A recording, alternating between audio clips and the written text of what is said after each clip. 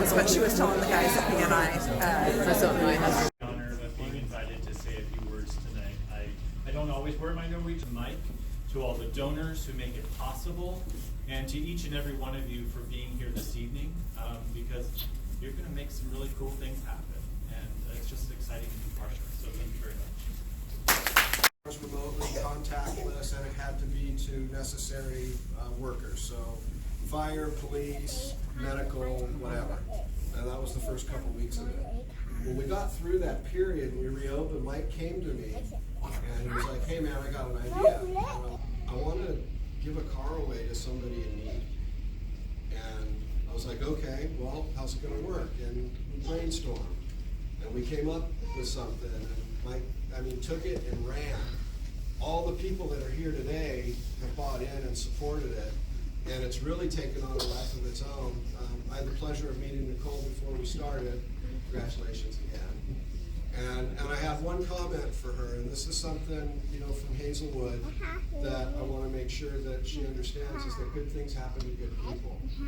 And if we all take the time to look forward in our lives, as opposed to looking back, we can really make things happen.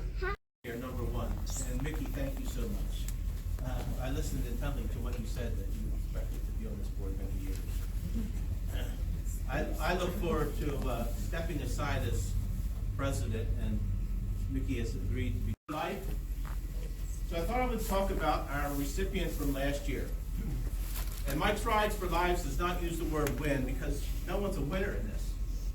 They're a recipient. And the recipient receives a car so that hopefully it changes their life. So last year on January 27th, a young girl who was in a shelter, she had 2 small kids. She had left a domestic abuse situation. She wanted to work at the shipyard, but she needed to go to Olympic College to attend classes. She had no way of doing it. She received the car on January 27th. The day of the event, January 27th, we have a question on the application, and that question is, are you insurable? And she, of course, said yes, because she was insurable. What happened on the day of the event was she couldn't afford the insurance. She had absolutely no money. And fortunately, one of my colleagues at Hazelwood bought a 30-day policy for her so she could receive the car. She left, and I didn't hear from her for a while. But I know that she got the job at the shipyard. I knew that she completed all of her classes. I knew that she got out of the shelter. But then in July, she called me and she said, I totaled my car. And my heart sunk. And I knew she couldn't afford insurance when she left that night. So my first question was, did you have insurance? Well, my first question was, are you okay? Then it was, did you have insurance? And she said yes. My next question was, were you fully insured? But she didn't have to be fully insured, but she was fully insured. So Jake, where's Jake at? Jake, thanks for making sure she was fully insured.